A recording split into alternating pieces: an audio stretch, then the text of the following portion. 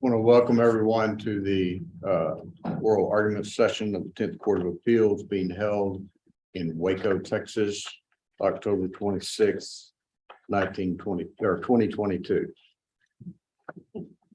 We'll at least try to get the century right. We've got one case on the docket today. It is Walker County ESD number 3. The Board of ESD number 3 and the officers and commissioners of ESD number 3 versus the city of Huntsville. I'll ask for announcements. Let me know if there's any preliminary matters that need to be addressed, such as exhibits you may want to refer to. And is the appellant ready to go? Yes, good morning. We're ready to go. Nothing preliminary from us. Would you be Brian? Yes, I'm sorry. Brian Trachtenberg on behalf of Walker County ESD 3. I'm joined by Anna Phillips, but I'll be handling the argument this morning. Okay. Thank you, counsel. Allison Killian for the city. No preliminary notice. Thank you very much, counsel. Do check your cell phones, make sure they're in the off or silent positions. We do allow folks to move around. It's all staff, one visitor. So if you do move around, do so without bothering the court or the parties while they're making their oral argument. And with that, we'll get started.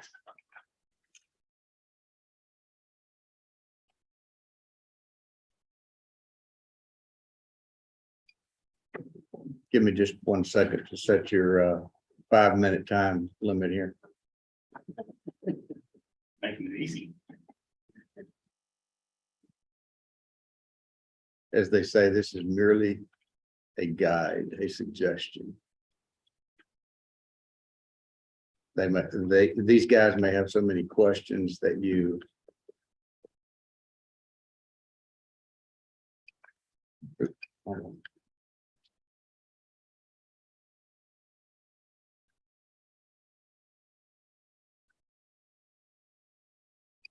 may proceed when ready, counsel.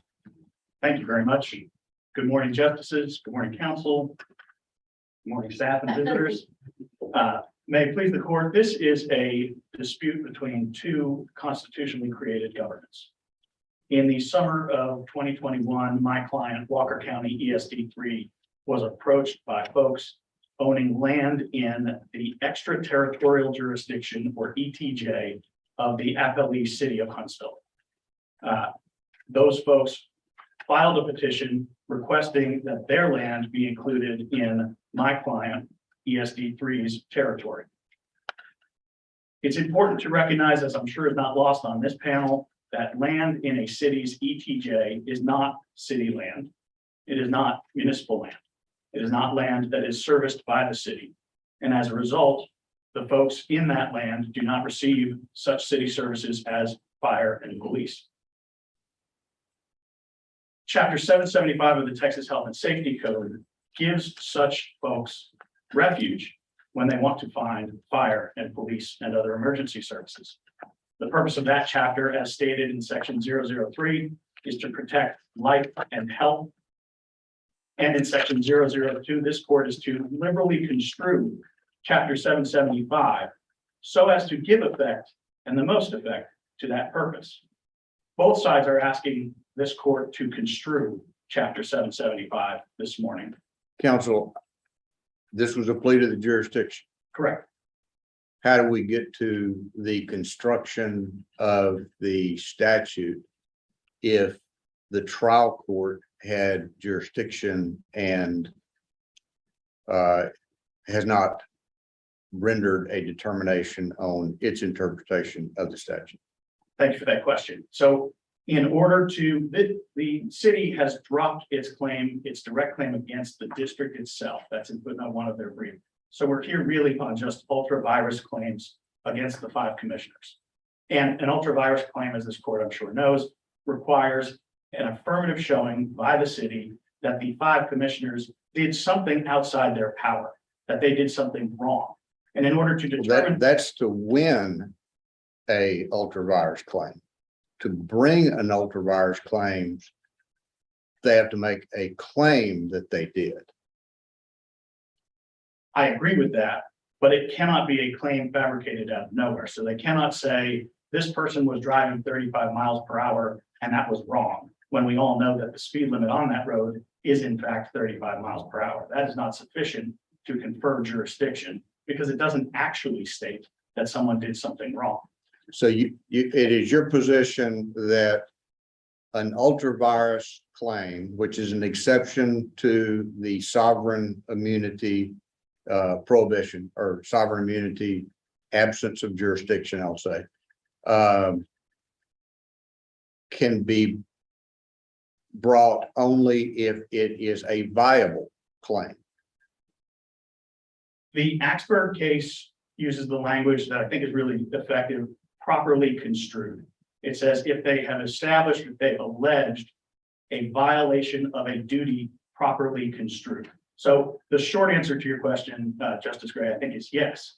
I do think you have to determine, is it a viable claim in order to determine if there's jurisdiction. And to determine whether it's a viable claim or not, don't you have to look to the statute to see if they allege an act that violates the statute? Absolutely, Justice Johnson. And all of the cases cited by both parties, actually, the Heinrich case, the Houston Belt case, the Miranda case, most of these being Texas Supreme Court cases, when you look at their analysis of the ultra-virus claims before them, they analyze and construe the statutes that are at issue in those cases. Have you ever found one case where they don't analyze and look at the statute to see whether or not the allegations in the petition, violate the statute? The only caveat to that I would give is the rare ultra-virus case where violating an actual statute is not the ultra-virus claim, but that government actor doing something not down in code. But to I think answer the question,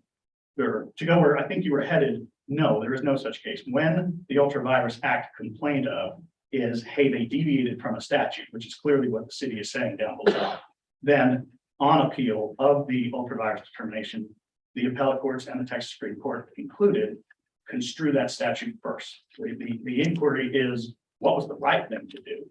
And now have they alleged a deviation from that correct path? How is that since the ultra-virus suit is not a suit that is barred by sovereign immunity, how is that a jurisdictional resolution? How does that deprive the trial court of jurisdiction to make that determination of the interpretation of the statute in the first instance? I don't think it deprives the trial court of the jurisdiction to make that determination. And I think the trial court, Wait, which determination? how to construe the statute. Maybe I misunderstood your question. No, I think that answer is exactly where I'm headed, is if the construction of the statute is necessary for the claim, why doesn't the trial court have jurisdiction to make that determination in an ultra-virus suit that is not a sovereign immunity suit? And I may regret using the word jurisdiction in my last answer. The answer that I would give you is the trial court has the power, in fact, the duty to construe the statute at the jurisdictional determination stage as part of its jurisdictional inquiry. So to the extent I said it had jurisdiction to construe the statute, it had that jurisdiction only insofar as it was making a jurisdictional determination. The trial court has to have some authority to assess its own jurisdiction. Well, sure. That's what every jurisdictional challenge is. But if it's an ultra-virus claim that is frivolous because the statute is not what the in this case, we'll say the city contends that it is, it's an ultra-virus claim. It's not a sovereign immunity claim. And so where is the absence of jurisdiction for the trial court to render a judgment on the ultra-virus claim? Let me interrupt here. One question. I mean, I want you to answer this question with this. I'd like to know what your position is on this. These board members are sued in their official capacity. Correct. As officials of the governmental entity, the ESD, don't they enjoy governmental immunity? Of course, absolutely. And so the ultra virus exception is just that. It is an exception to that immunity, and it's a very narrow one. So I to some extent would answer Justice Gray's question by reminding the court what a narrow exception that is. And so because it's such a slim corridor that one can potentially pass through, the trial court and then this court does have to look closely at the pleadings and determine, have you alleged a legitimate deviation from the law here? Because otherwise we don't want folks bringing these claims easily. If we didn't look at the statute, all you'd have to do is just allege some behavior. And Correct. whether it violated the statute or not, then the trial courts and the municipalities or the ESDs of the world would be stuck in litigation and there would be no early out. And if I may add to that, not just some behavior, all you have to do is allege deviation from a statute. List any statute in your pleading, say they deviated, and if we're not allowed to look into that statute here today, then there is no ultra virus fight to be had, and we could never file a plea to the jurisdiction in that circumstance. Which you have many other remedies for, including 91A, which you have filed, a motion for summary judgment, a no evidence motion for summary judgment. So as far as my colleagues easy out, quick out, there are lots of other ways to dispose of a frivolous claim. So back to my question is, if it is an exception to immunity and they have filed a ultra-virus claim against your clients in their individual capacity, where is the absence of jurisdiction for the trial court to construe the statute in the first instance? I hate to sort of repeat myself. That's okay. We may need that. Did you mean to say individual capacity? I did not. Okay, so I just wanted to, Appreciate that. I want to clarify that too. Thank you both, all three. So Appreciate that distinction.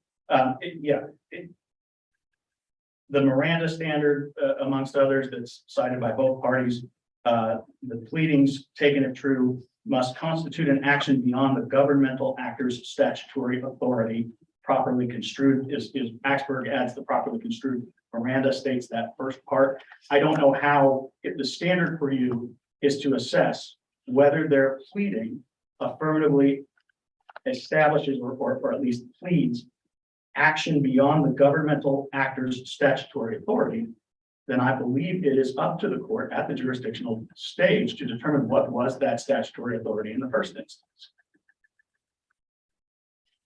We cannot assess the veracity of the pleading, which is what you're supposed to do, without assessing the statute the pleading cites to. If they're going to say there's a violation of that statute, let's look at it, determine what it says, and have they now actually pled a deviation from it. and so that you basically are getting to the merits of the case in the plea of the construction of the statute. I think in this unique circumstance, you are. I do agree with that.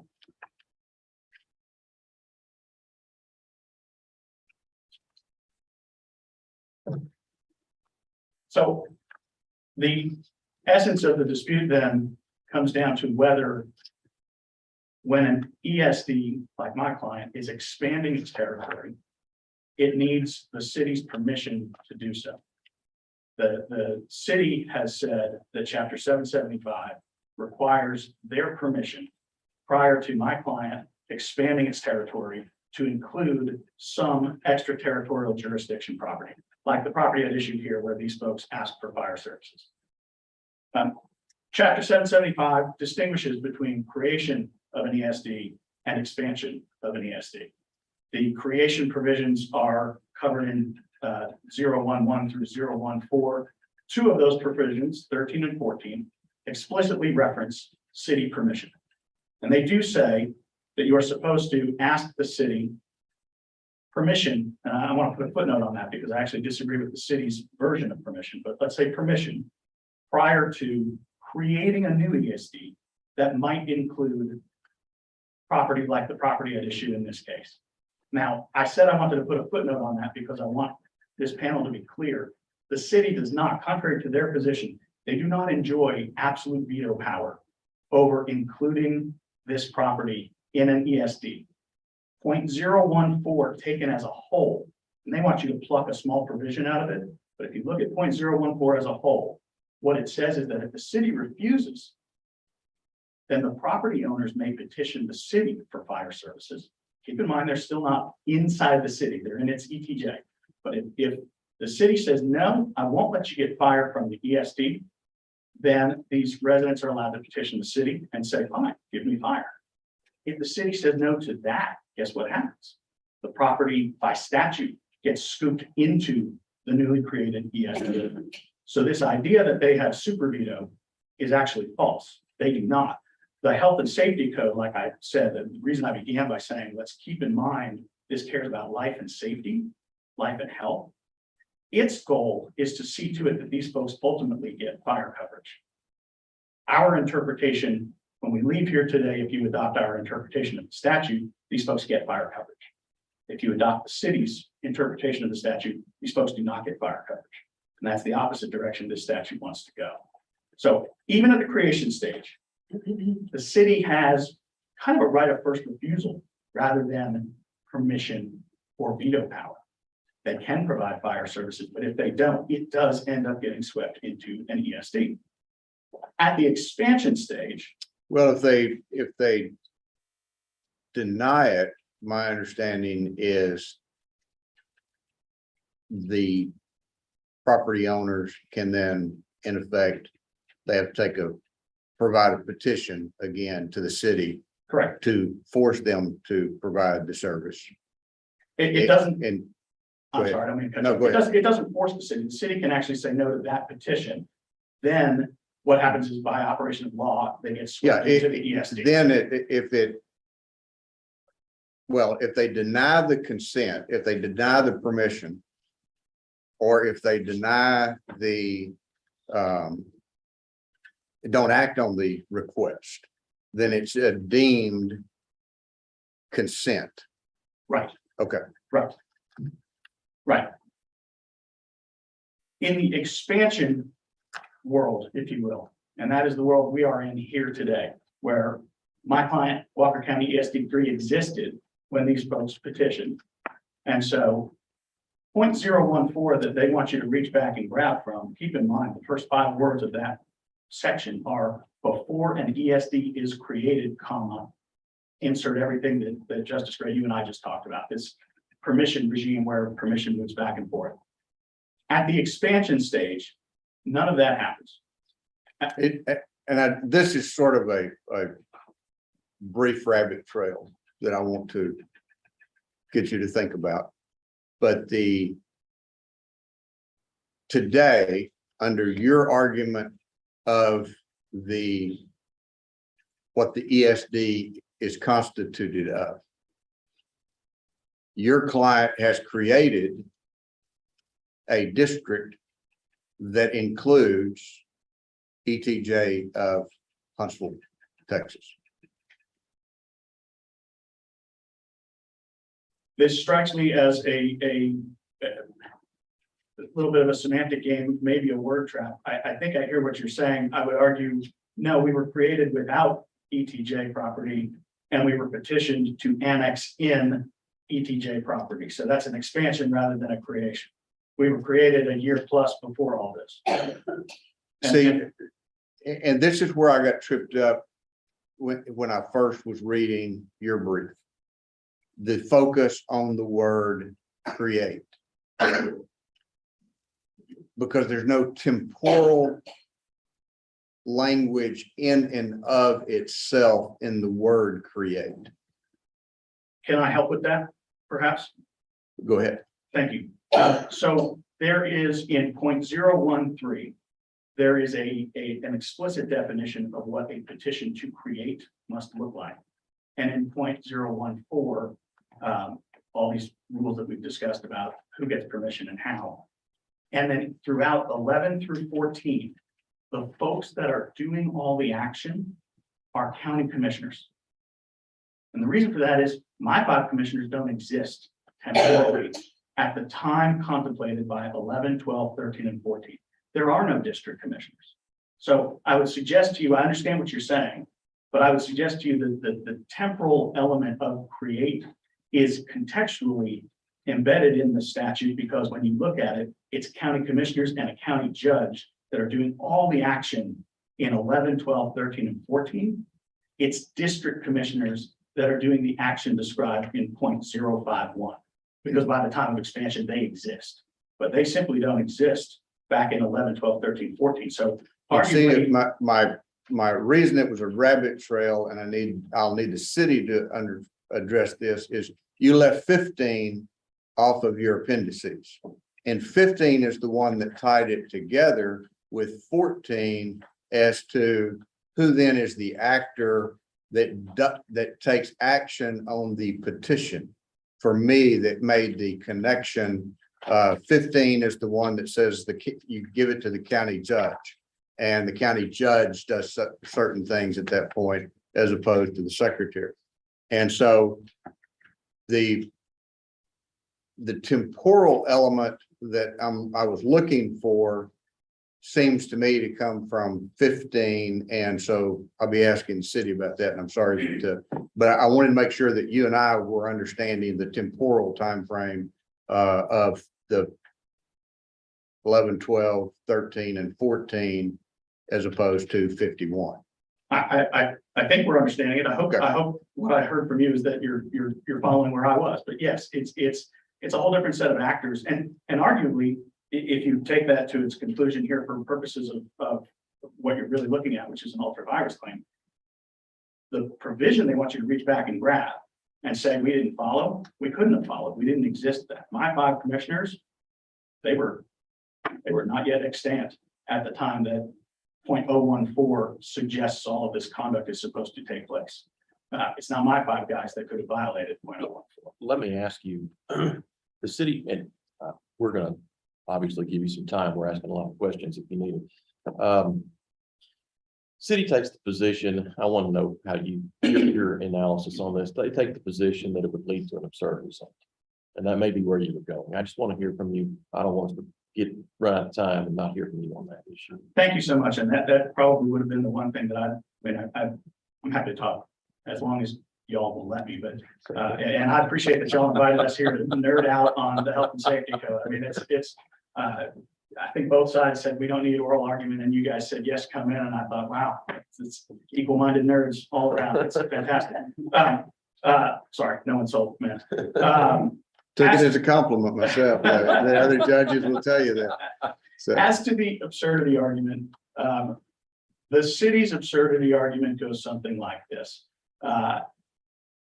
If we're correct and we don't need their permission, then as soon as what we've said is no harm, no foul here, folks. Under 0.022, the city may at any time annex this property, send us a letter that says we will be the sole provider of fire. And then by statute, we must immediately disannex the property. It's gone from our district. And so we've said this is your remedy, not this lawsuit.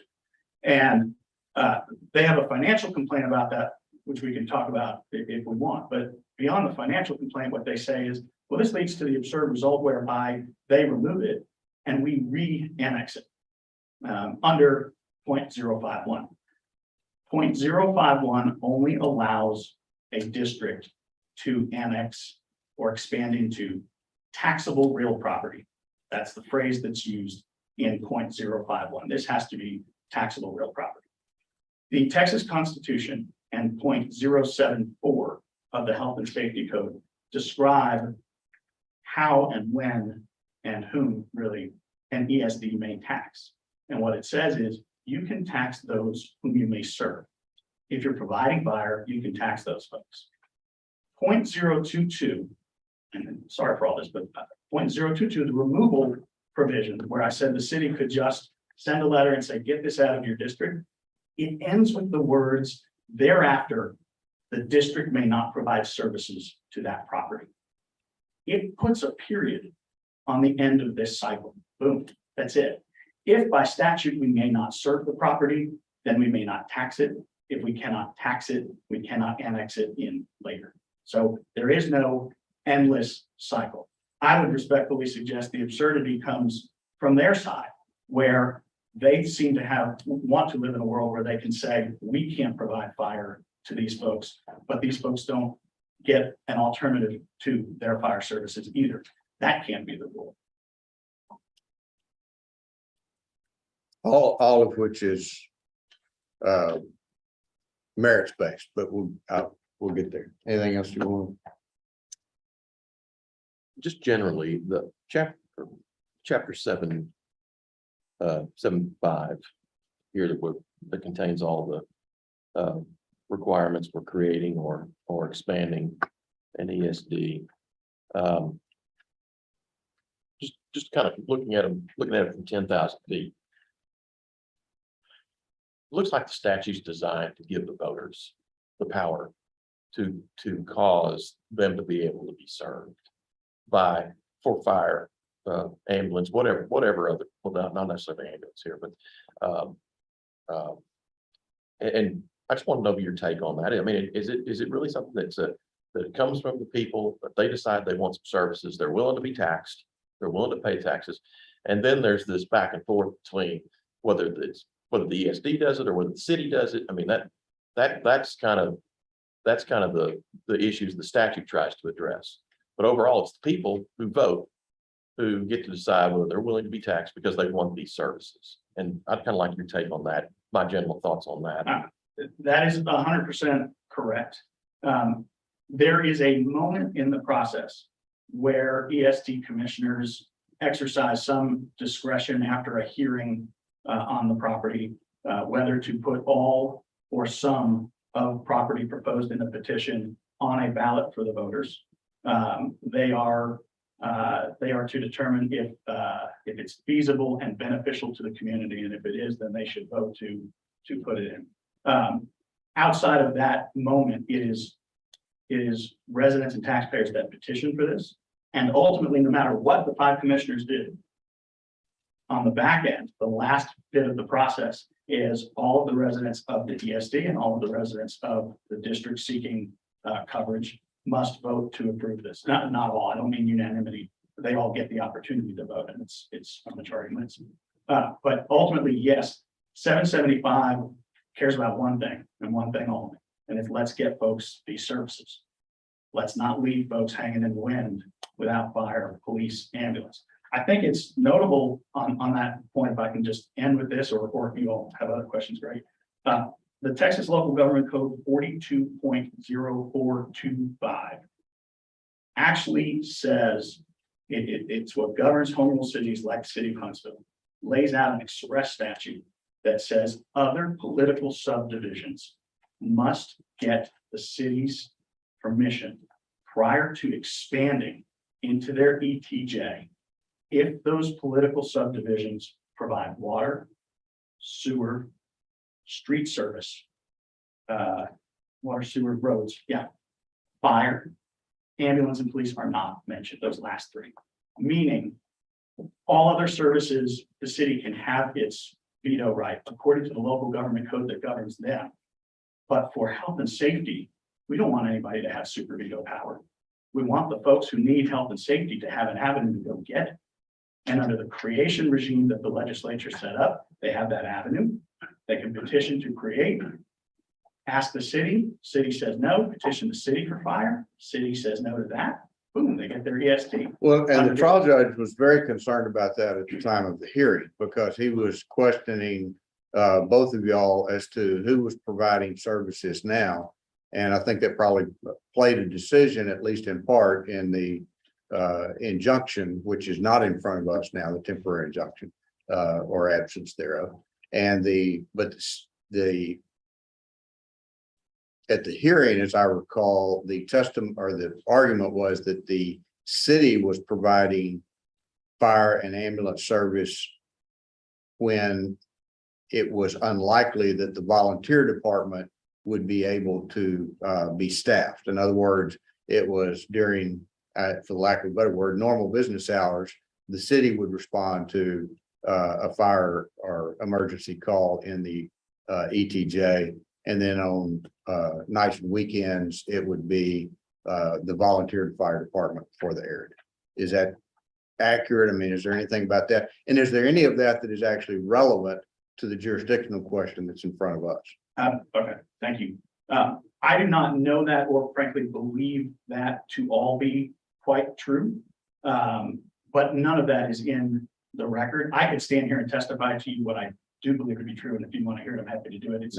It's different from what they said. You have, particularly now you do have an ESD out there. It's not a volunteer fire department that's only there some hours. I mean, we're a functioning ESD. We run full-time fire service. And the way 911 services work, but I will candidly tell you all, this is not on the record. So Okay. it's just Well, Trachtenberg on the world right now. We'll just leave that out. But No, they're gonna call the no, closest that's okay. guy. That's okay. Now, let me, No. but I want to answer the Don't- end of your, I want to answer the. Yeah, end of the your end of the Does question. this matter?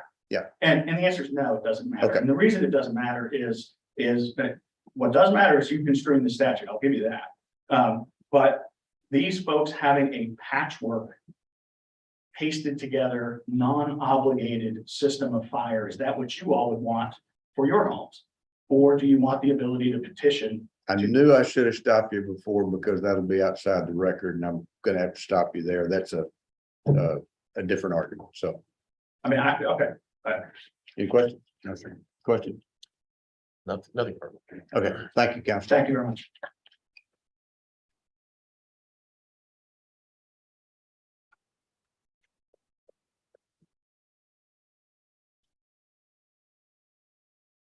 Council, you may proceed when ready. Thank you. Thank you, and may it please the board. So this is a jurisdictional challenge, and the jurisdiction issues are well-settled issues. The city of El Paso versus Heinrich case, it's a Supreme Court case of 2009. It controls here on the jurisdictional question. And in that case, the court said that lawsuits seeking prospective relief to challenge unauthorized acts by government officials and to require officials to comply with the law are not protected by governmental immunity. And the Supreme Court has upheld and applied Heinrich a number of times. Immunity is meant to protect political subdivisions of the state from lawsuits for money damages, because But those you types of you laws, just said that these lawsuits are designed for prospective early. yes. Okay. Section 775051 says annexation of territory is final when approved by a majority of the voters at an election held in the district and by a majority of the voters in a separate election held in the territory to be annexed. The statute says it's final. You filed your suit after the election. Are you asking for relief from what the statute says is a final determination that happened the day before you filed your lawsuit? Thank you for that question. No, the city is seeking prospective, injunctive, and declaratory relief as allowed under Heinrich. The city is asking for the court to enjoin the enforcement of the annexation because the city's consent was not obtained. And so they're not seeking any relief regarding any past actions. That's why there is case law out there saying you cannot, we're not challenging the conduct of the election. So we couldn't sue to stop the election. We had to wait till the election occurred, and then we needed to sue in order to stop the enforcement of the election. Why couldn't you sue the day before or 2 days before? Well, because it's not an election, it's not an election contest. Well, I didn't say it was an election contest. My question is really, Right. why wait till after the election? The statute says it's final. Okay. When you have a bunch of allegations about the way the process played out, that they didn't give you your consent. You knew they were going to hold the election. It's obvious that there was knowledge of the impending election that was coming up. I'm just curious what the timing issue. Right, so thank you for that. So there is case law that says you cannot sue to stop the election unless you're contesting the election itself. And we weren't doing that. We weren't complaining about that the wrong people were allowed to vote, that the proposition was worded incorrectly. We are suing moving forward. We're looking forward at what they are going to do to enforce the results of the election, and we are seeking to stop the enforcement. So Heinrich says in an official capacities lawsuit, You have to sue for prospective relief. You have to look forward, not backward, not sue for what was done, but what is going to be done. And that is what we did. Right, so normally, immunity would extend to public officials sued in their official capacities because that's just another way of suing the governmental entity itself. But Heinrich explained there are certain actions against officials sued in their official capacity that don't implicate immunity at all. Those are lawsuits for prospective, injunctive, and declaratory relief when complaining about unauthorized acts by governmental officials and seeking to require them to comply with statutory provisions. The type of lawsuit that the city filed here. So a suit falls within the ultravirus exception if three things exist. One, you sue the right people for the right type of relief, and you allege and ultimately prove down the line that the officials acted without legal authority or are acting without legal authority. So here, the ESD is governed by a 5-person board of commissioners. The city filed this lawsuit to challenge its authority to move forward and attempt to enforce the annexation of portions of the city's ETJ when the city alleges that they did not consent. There's no dispute about that. They did not consent. There's no dispute that the city sued the wrong people in the wrong capacity. There's no dispute about the relief, the type of relief. They have not challenged that. Well, you said the city didn't consent. Where does the statute require the city to consent?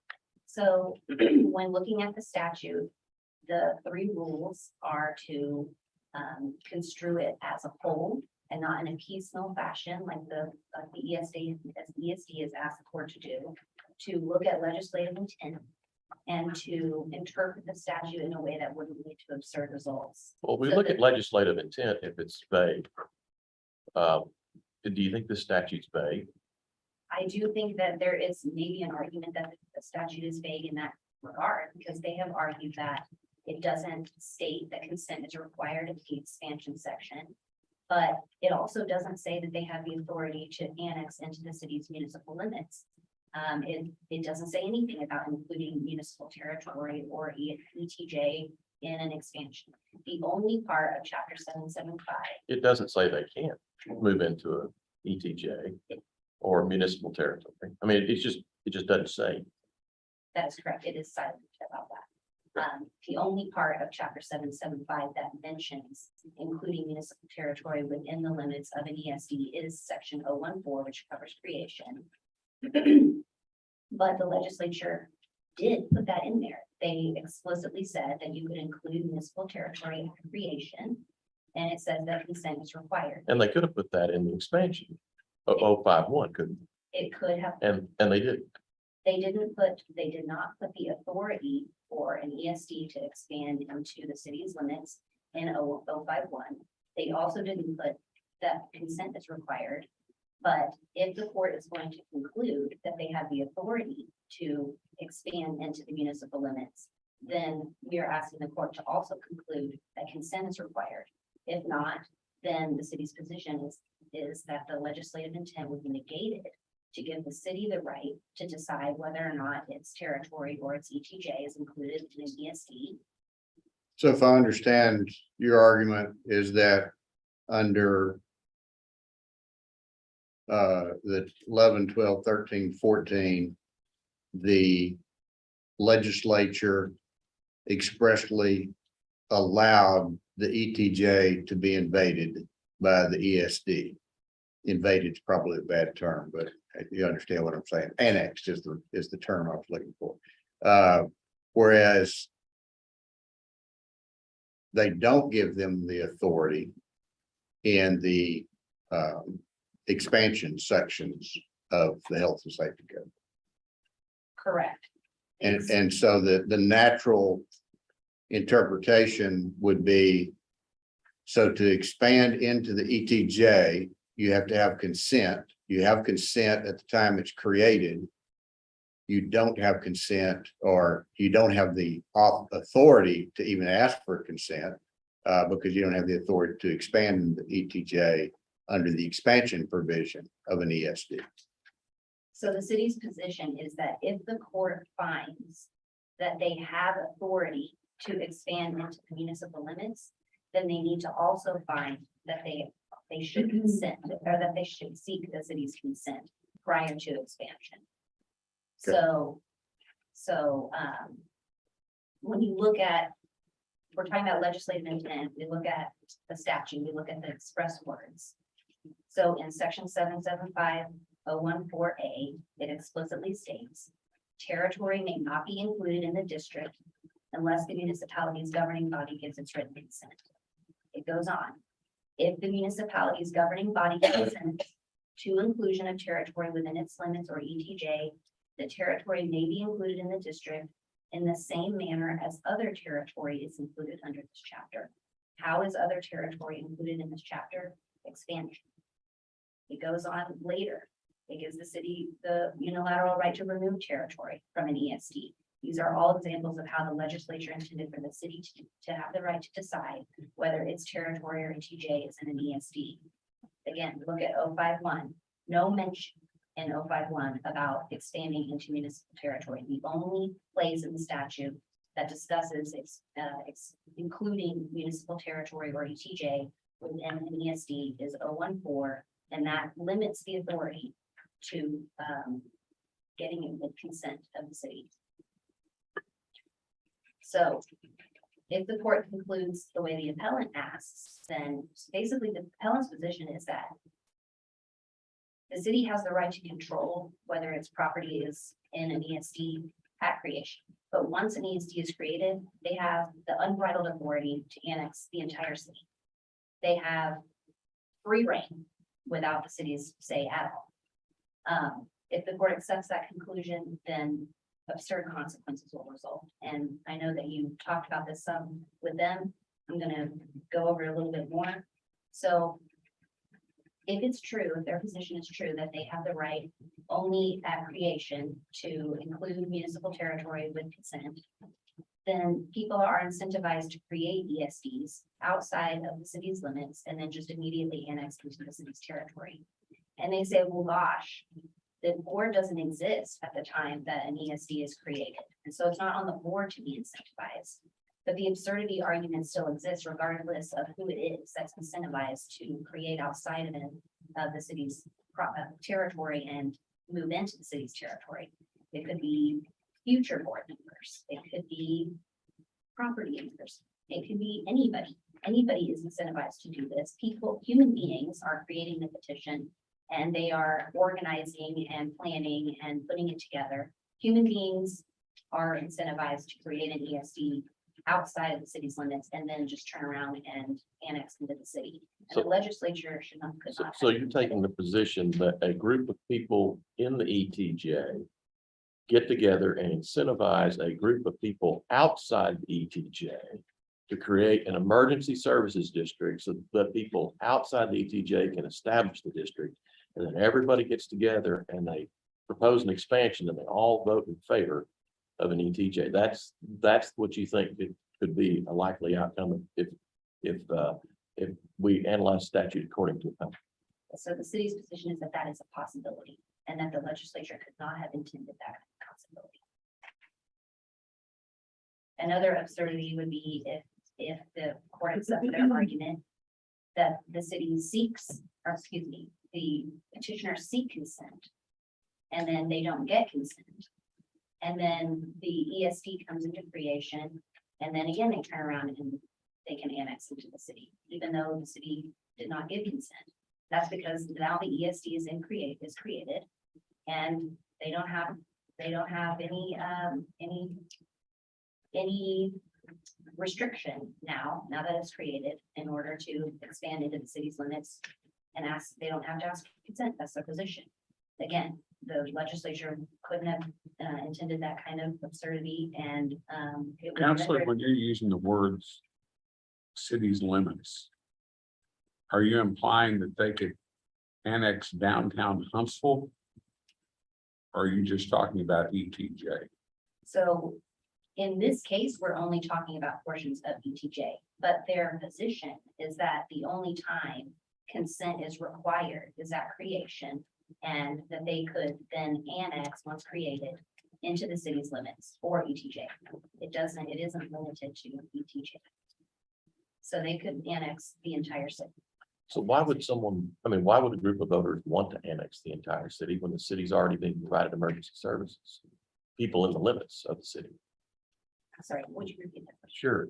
Why, I mean, you're talking about possibilities.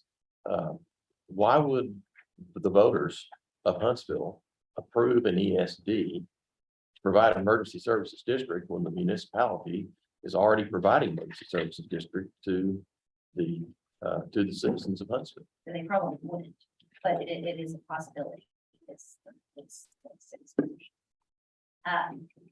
So again, regardless of who it is that initiates the process of creation or expansion, this absurdity exists. It incentivizes some bad behavior. Another absurd result would be the legislature, gave the cities the right to remove territory from an ESD once it annexes that territory. Their position is that they could, their position is that the statute prohibits them from annexing territory that the city pulls out of an ESD, but that doesn't really make sense because their position is that they have authority to annex it to the city without the city's consent. So once the city removes it, the ESD exists, they could annex back the property that the city removed. And in that situation, the city would have had to pay a certain sum under the statute and buy excess equipment, and they would be out that money, and then lose the property later. So they've argued that an absurd result would occur if you adopt the city's argument, because the property owners would be deprived of services if they try to expand into the city and the city denies consent. But the statute protects against that risk because they can petition the city for services. If the city denies the petition for services, then that is deemed consent as a matter of law. So the citizens are protected from any risk that they would not get services, regardless of whether the city consents. So one of the things that they've alleged is that the city did not properly allege an ultra-virus claim because they failed to list any specific acts by any specific commissioners.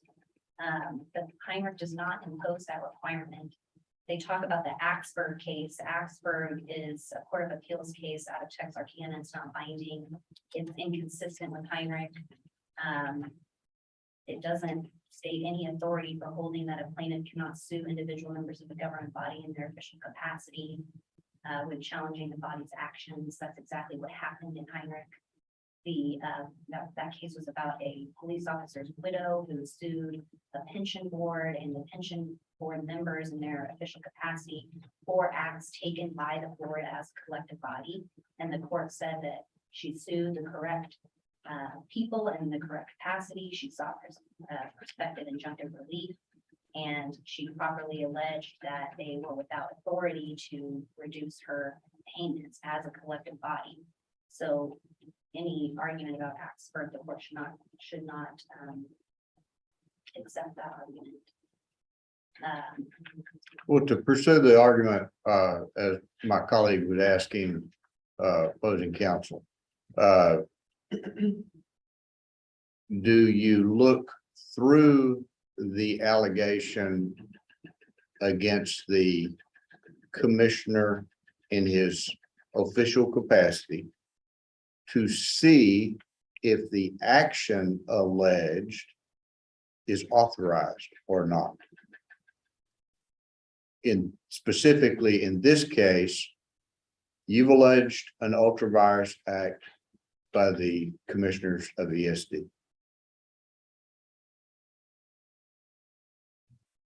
If the trial court was supposed to look through the allegation of who the party was to the action alleged, do we look to the construction of the statute then? And whether or not the trial court, I guess you would say, implicitly failed to properly analyze the statute? Or does the fact that it is alleged against the commissioner in his official capacity as an ultra-virus act, stop the jurisdictional question and move to another way to dispose of the claim. Okay, let me see if this answers the question. Thank you for that question. So Heinrich says the three things you have to allege an ultra virus claim, which doesn't implicate sovereign immunity if you properly allege it. You sue the public officials in an official capacity, no dispute about that. You allege that the officials acted without authority, or in our case, are going to be acting without authority, are currently acting without authority. And you seek prospective relief. So two of those are not in dispute. The only dispute is whether the city properly alleged that the district is acting without authority and seeking to enforce the annexation of municipal territory without the city's consent. So you do have to look at the statute to see if the city properly alleged unauthorized action in order to get to the jurisdictional answer that you see. Okay.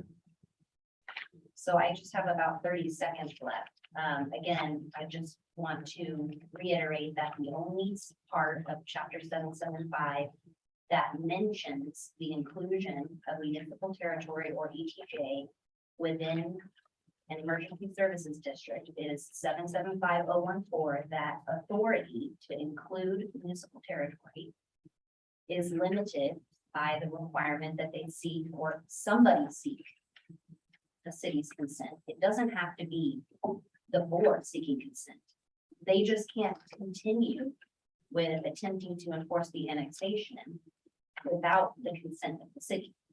It's not just in dispute that the city consented, no consent was sought or obtained. So the fact that there is no consent, the city's position is that you have no authority then to annex into the city's limits. And the city would ask that the court affirm the trial court's order of dismissal. Do you have a question? I get it, just so basically another way of saying it is consent is required for anything they do, not just the creation of the district. Correct.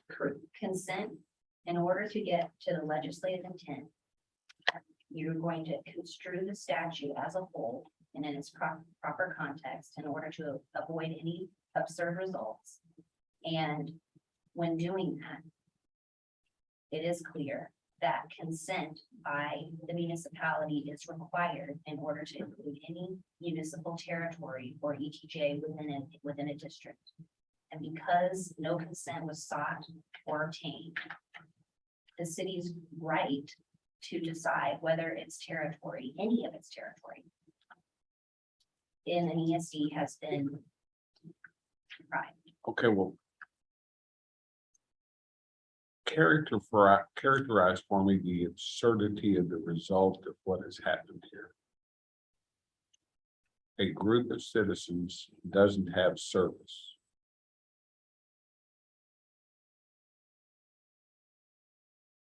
The city of Huntsville could provide the service, they don't. So they seek something that will. How is that an absurd result? Well, first, I want to say that it's not in evidence whether the city provides services. What we know is. Okay, I'll use my hypothetical Okay. then, that the city was capable of providing. this. Okay, so the statute provides protection for citizens against any risk that they will not receive services. Because the city's position is that the consent requirements of the statute apply at creation, at expansion, and so if they seek services, sorry, if they present a petition and the city's consent is requested and not obtained, then they can seek services from the city by filing a petition. If the city doesn't act on the petition or refuses to provide services at that point, then consent is considered by as a matter of law, consent It's exists. deemed consent. Yes, And so then they become part of the district, so they get services. So there's no risk that anybody loses services.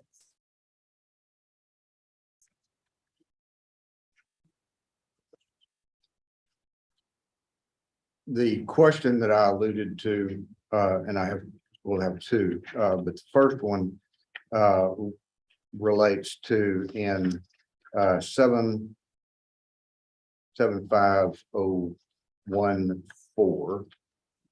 There is a reference to after the petition is filed under section 775.015. And 0.015 is the, provision that I was talking about, where you file the petition and the notice of hearing. Is the caption for that, and that indicates that that petition goes to, and that's the one that requires consent, and how it gets the consent provision provided.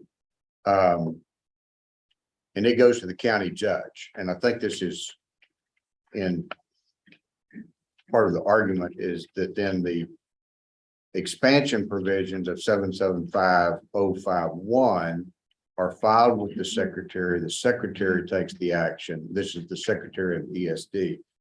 Why is that not what I was referring to other as a temporal indication of the legislature that this initial sections, the 01 sections, 011 sections, are applicable to the initial creation, and I find myself adding adjectives to talk about the creation, but the creation of the district, whereas the other provisions under the 0.05 process involve someone else, a secretary of a board that exists for the expansion of the district. I don't think that it matters so much who it is. And I think this goes to the question, who it is that seeks consent. So at the creation stage, if the petitioners are the ones that are going to ask for consent, they ask for consent and then it goes through the process. Later, if the ESD is going to expand into municipal territory and either the petitioners seek consent, the board asks for consent, it doesn't really matter who was required to ask for consent. It's just that municipal territory cannot be included without consent. And that's why you relied on the language at 014E at the end of that section in the same manner as the other territory is included under this chapter. And it's the chapter, not the section. Yes. Okay. So that section says as other territory can be included in this chapter. And how is other territory included under this chapter? Explaining. Okay. Last question from me is throughout your brief, you, and this is a kind of a different tack.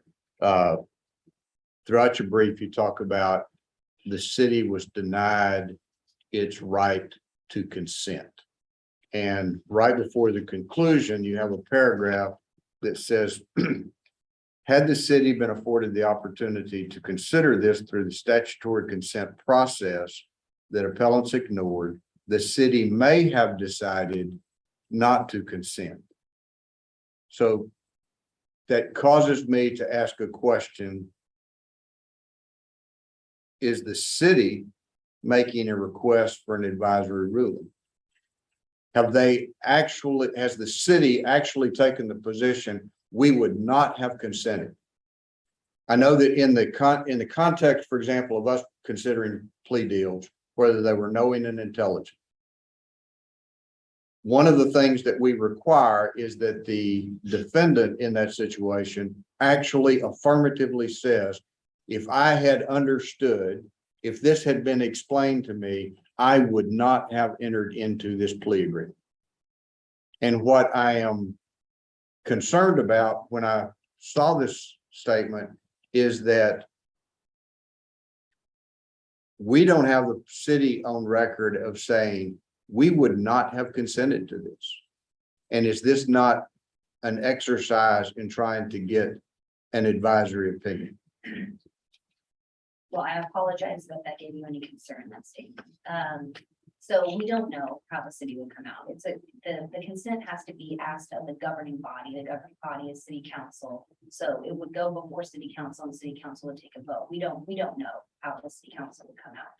So I don't think there's any concern about an advisory opinion, because they're gonna have to take a vote. They may consent, they may not consent. The important thing is that they go through the process, they seek consent, and the city is given the opportunity to exercise its right to decide whether or not the property is included in an ESD.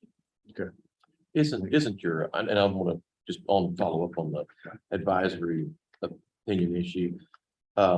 It's really the written request that's required by 775.014. Because it reads, for a district may be created, and this is the creation statute. I understand that.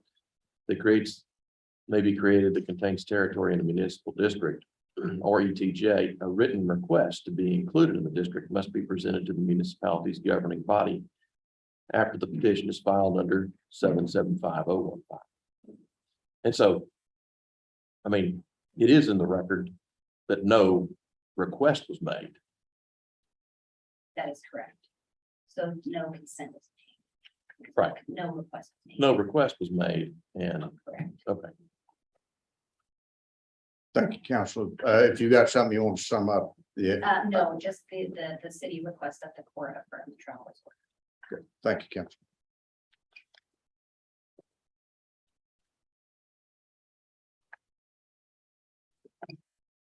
And I know you have a place you want to start, but I'm going to ask you to start somewhere else because I forgot to ask you a question. Place I always want to start is exactly where you want me to start. The argument that the statute is very specific, how an proposed or how an ESD can annex part of the territory of a city, the ETJ. Okay, let me try to rephrase the question. The statute is very specific of how an ESD includes ETJ. And creation. It says nothing about it in regard to expansion.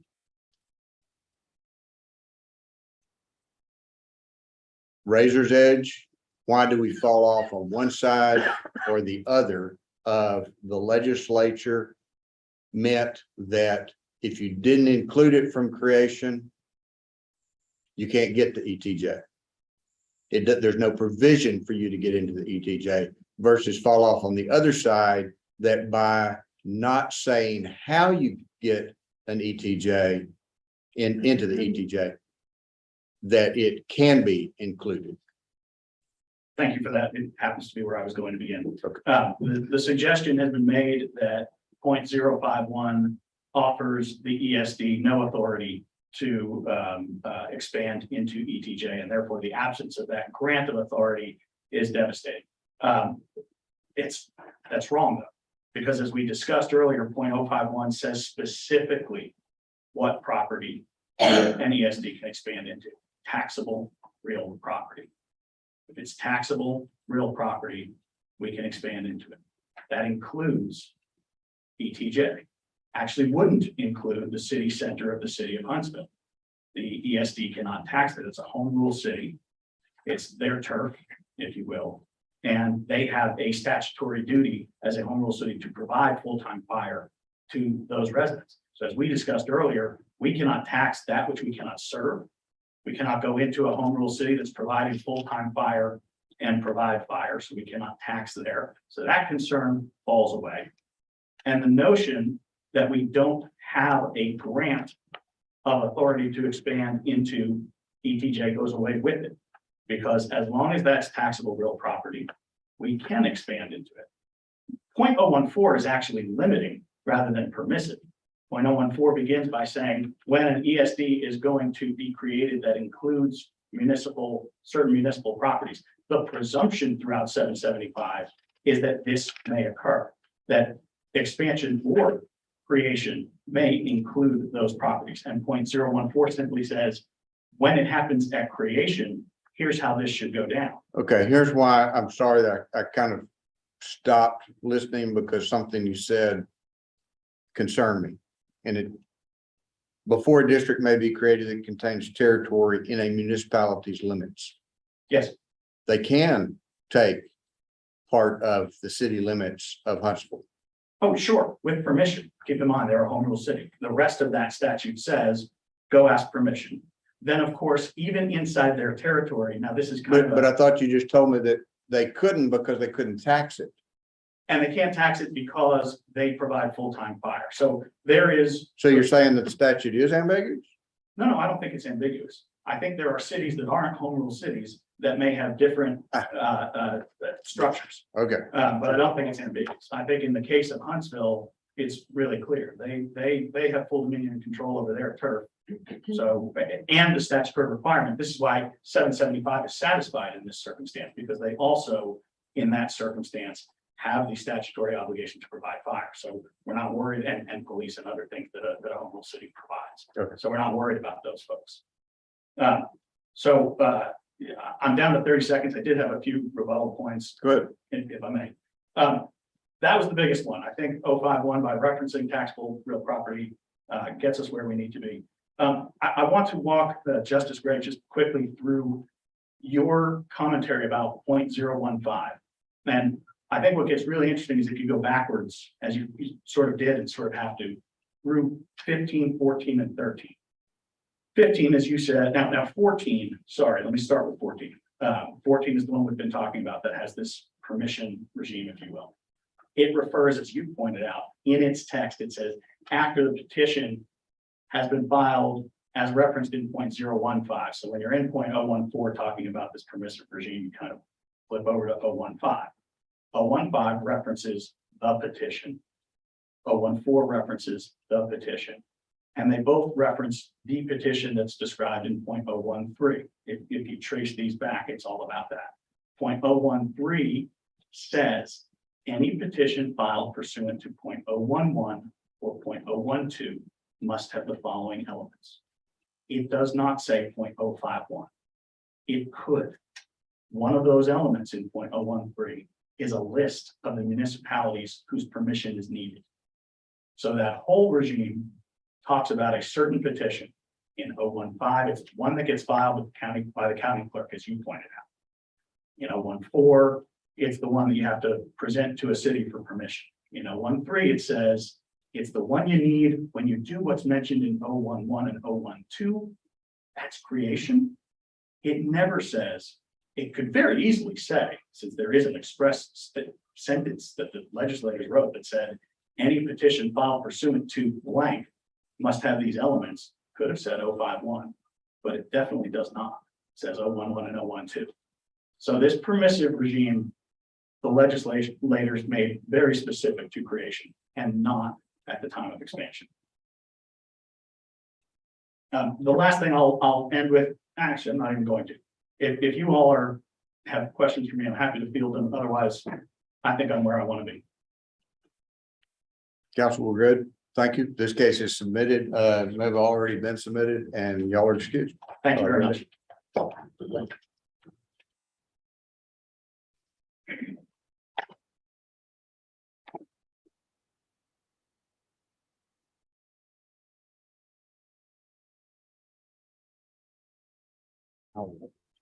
Nothing.